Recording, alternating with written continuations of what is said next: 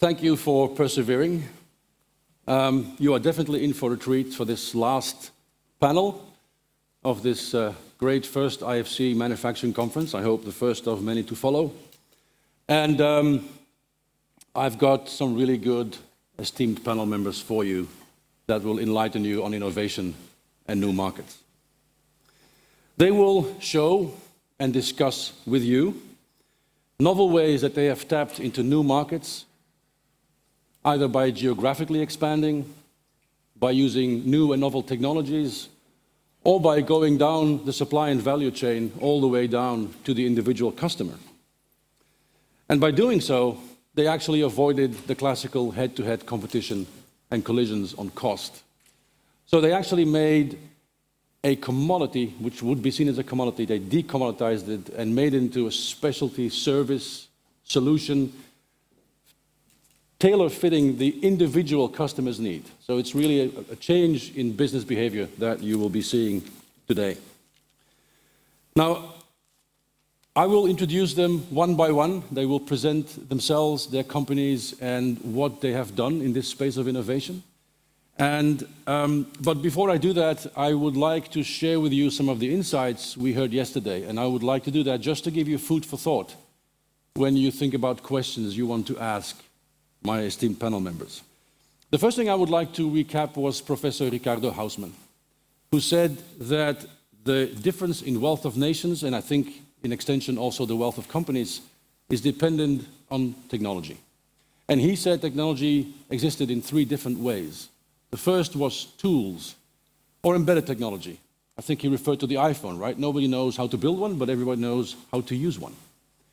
The second thing he talked about was procedures, codes, instructions, how-to manuals, the codified knowledge.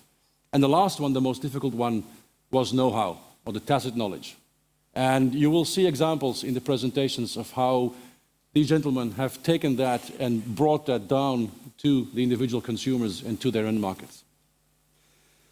The second thing I wrote down was Mr. Tommaso Carraro said that the future of manufacturing lies in a high level of automation. And it's not because my title says Emerson Process Management and Automation Solutions that I do that, but just think about connected services. Every single one of us is connected to our home front by the smartphone. We probably use Skype, LinkedIn, WhatsApp, whatever you use to see your loved ones. So why can't you see your loved customers on the screen, right? Why don't we use the same level of automation that we find normal in a day-to-day life and bring that to business?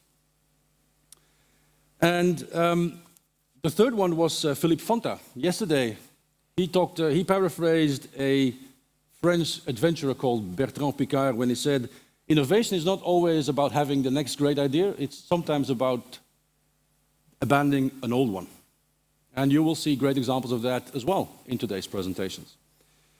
And last but not least, Santrup Misra also yesterday talked about two kinds of people. He talked about technology natives and technology immigrants. And with the natives, he meant the people that are born with an iPhone in their hand and smart apps, and then people like myself, who when he has to tweet something is never sure whether it worked or didn't work. So, also the customers that we are selling to are changing, right? They find it normal that all these technologies exist and that, their car is connected to the manufacturer and that when a farmer has a problem, he can get immediate help from his producer in about 5 minutes. So the expectations of the customers are also changing. And the last thing, yesterday, there was also some talk about digitalization and Industry 4.0. It's a novel term, people like to use it. You will see that these four gentlemen have been using those concepts for many, many years already. Industry 3.0 was actually the fact that you could automate production by using computers, by using robots. And what that actually did was it spurred a huge amount of commoditization of products. Everybody was trying to keep the cost down, and everybody was basically selling to anonymous customers.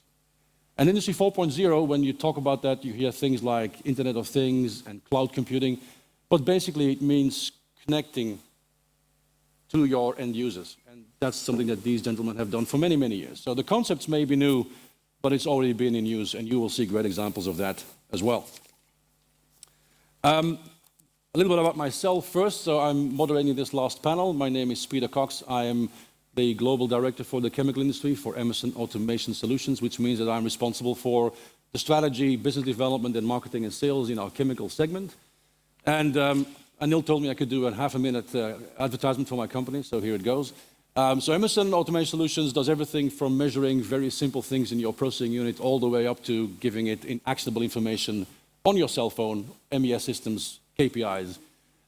Basically focusing a lot on, the only things you have in your plant are these measurements that tell you something about what's going on. So how can we use those thousands of touch points to do something intelligent to increase yield, decrease energy, increase availability, increase right first time? So that's what we do as a core business.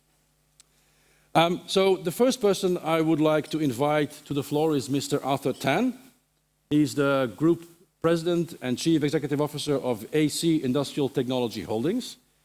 Mr. Tan is also in this role a part of the Ayala Corporation, which might not be a name that resonates with most of you, but it's a very well-known and established company in the Philippines and Asia. AC Industrial Technology builds on the strength of their subsidiaries. One is IMI, Integrated Microelectronics, and the other one is AC Automotive, which is the leading Philippine vehicle distributor.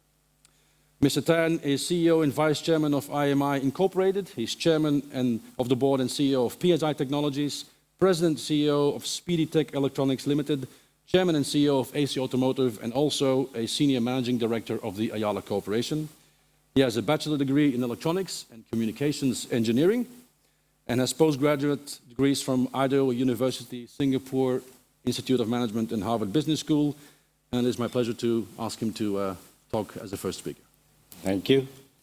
Thank you, Peter. So good afternoon to everyone, or still morning, I guess. We decided that I go first since I came from the furthest part of the world to be here. And what we'd like to talk about this subject matter on creating new markets through innovation. So I figured I'd premise it with at least a background on who Ayala is in this context and what AC Industrial does within the Ayala framework. So within that, Ayala is it's a 183-year-old conglomerate. So one of the few in Asia that has actually survived over several generations. So we're on the 7th generation now. That's being run. It's a publicly listed company in the Philippines. And underneath it, there are several businesses, the core of which are real estate, of course. And then we have the financial services, which is BPI, Bank of the Philippine Islands. Bank of the Philippine Islands is the first bank of the country. In fact, the history there is we actually printed the first currency. Life would have been good if we could continue to just print the currency, but right now we have to go to the capital markets to do that.